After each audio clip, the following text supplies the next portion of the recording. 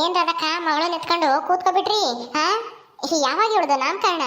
ಹೂ ಕಣೆ ರಾಣಿ, ಯಾಕೋ ಅಳ್ತಾ ಇದ್ಲು. ಮನಸ್ಸನ ಅಂತಂದ್ರೆ ಮನೆ ಕಮ್ಲಿಲ್ಲ, ಅದಕ್ಕೆ ಎತ್ಕೊಂಡು ಕೂತ್ಕೊಂಡೆ ಸ್ವಲ್ಪ ಹೊತ್ತು. ಇಷ್ಟೊತ್ತು ಅವ್ರ ಅಜ್ಜಿ ಹತ್ರ ಆಟ ಆಡ್ತಿದ್ಲು. ಈಗ ನನ್ನ ಹತ್ರಕ್ಕೆ ಬಂದ್ಲು. ಅಜ್ಜಿ ಇವಾಗ ಎಲ್ಲ ಹೋಗ್ ಬರ್ತೀನಿ ಅಡ್ಕೆಲೆ ತರಕ್ಕೆ ಅಂತನ ಹೋಯ್ತು, ಅದಕ್ಕೆ ಕೂತ್ಕೊಂಡಿದೀನಿ. ಮತ್ತೆ ಏನ್ ಸಮಾಚಾರ ರಾಣಿ?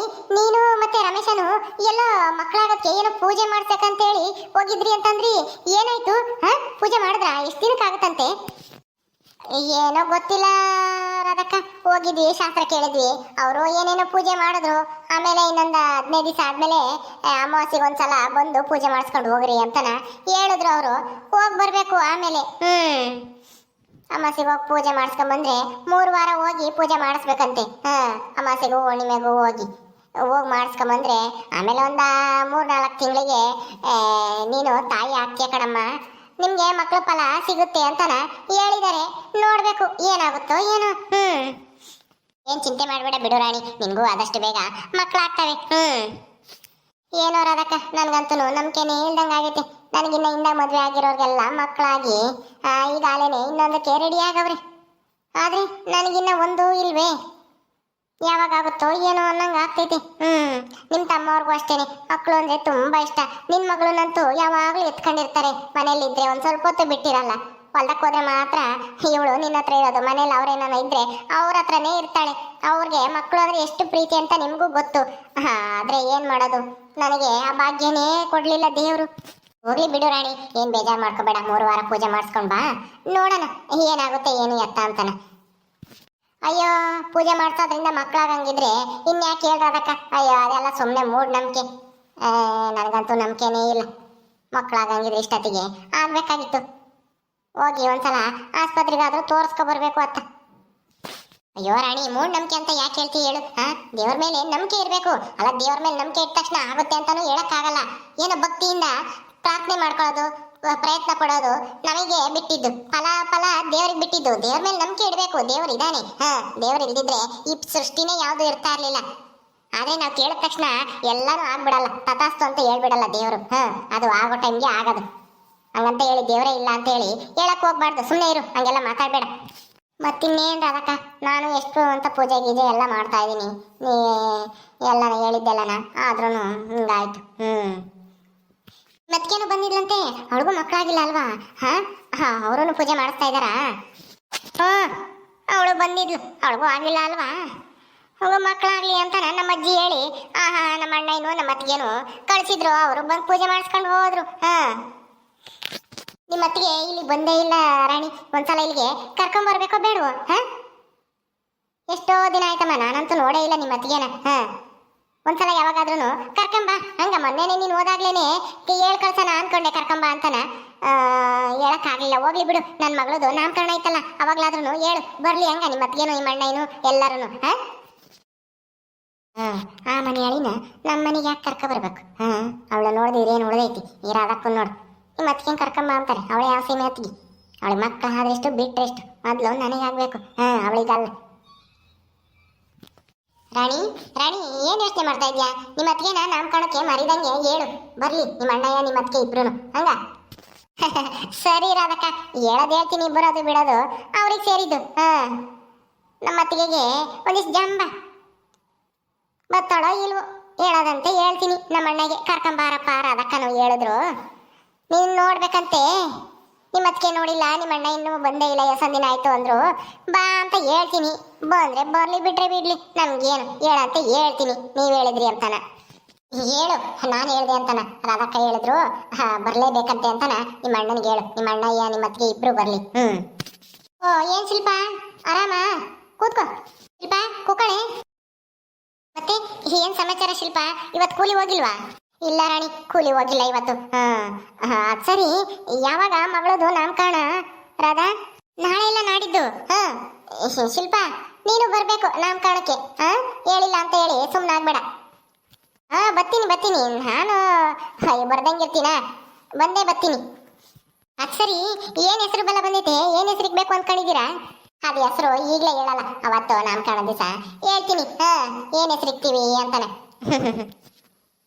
ಏನು ನಿನ್ ಮಗಳು ಕೂದ್ಲು ಅಷ್ಟುದ್ದ ಬಂದ್ಬಿಟ್ಟಿದೆ, 2 ಜಡೆ ಹಾಕಬಿಟ್ಟವಳೆ ಮೋಟಿ. ಇವಳು ಸ್ವಲ್ಪ ಉದ್ದ ಕೂದ್ಲು ನನ್ನಂಗೆನೆ.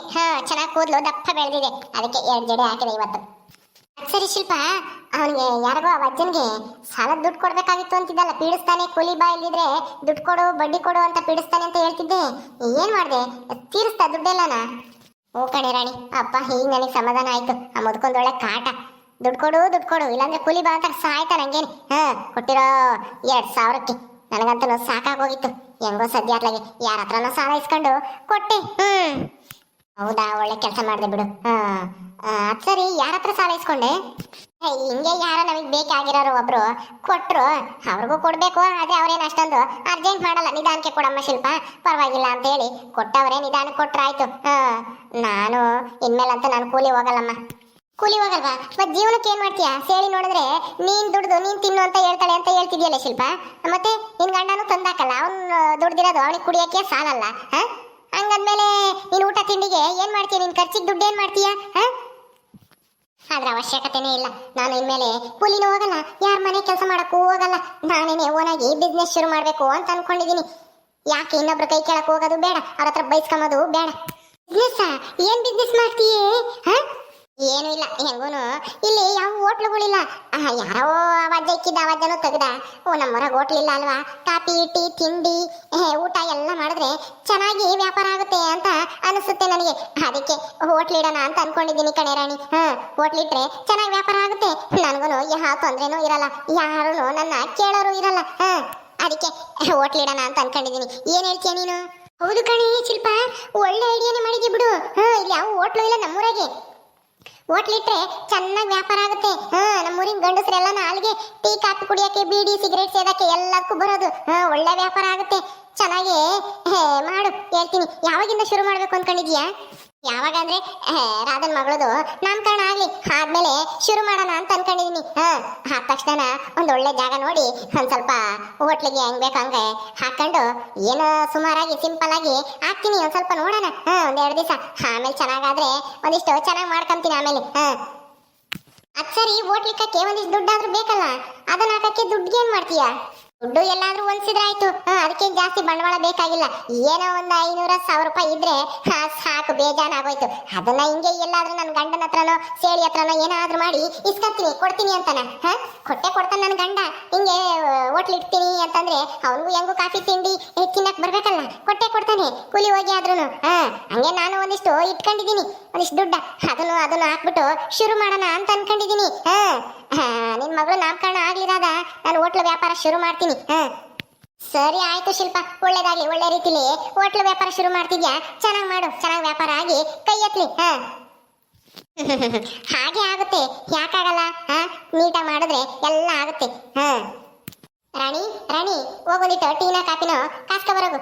ಶಿಲ್ಪನು ಬಂದವಳೆ, ನನ್ಗೊಂದಿಷ್ಟು ಕುಡಿಯಂಗಾಗೈತೆ. ಅಮ್ಮನೂ ಬರುತ್ತೀವಾಗ. ಕುಡಿತೈತೆ, ಹೋಗಿ ಕಾಸೋಗು. ಸರಿ ಆಯ್ತು ರಾಧಕ್ಕ, ಕಾಸ್ತೀನಿ, ಕೂತ್ಕೊಂಡು ಮಾತಾಡ್ತಾ ಇರ್ರಿ. ಏಯ್ ಬಂಗಾರಿ, ಏನ್ ಸಮಾಚಾರ? ನೀನ್ ನಾಮಕರಣ ಮಾಡ್ಕೊಂಡು ನಿಮ್ಮ ಅಪ್ಪನ ಮನೆಗೆ ಹೋಗ್ತೀಯ ನೀನು? ಎಲ್ಲಿಂದನ? ಇಂತು ರಾಧಾ, ನಿನ್ ಮಗಳು ಬೇಗ ದೊಡ್ಡವಳು ಆಗ್ಬಿಟ್ಲಮ್ಮ. ನೋಡ್ದ? ಹೌದು ಶಿಲ್ಪ, ಹೆಂಗ್ ಕಳೀತು ಅಂತಾನೆ ಗೊತ್ತಾಗ್ತಾ ಇಲ್ಲ ತವ್ರ ಮನೆಗೆ ಬಂದಾಗಿಂದನ.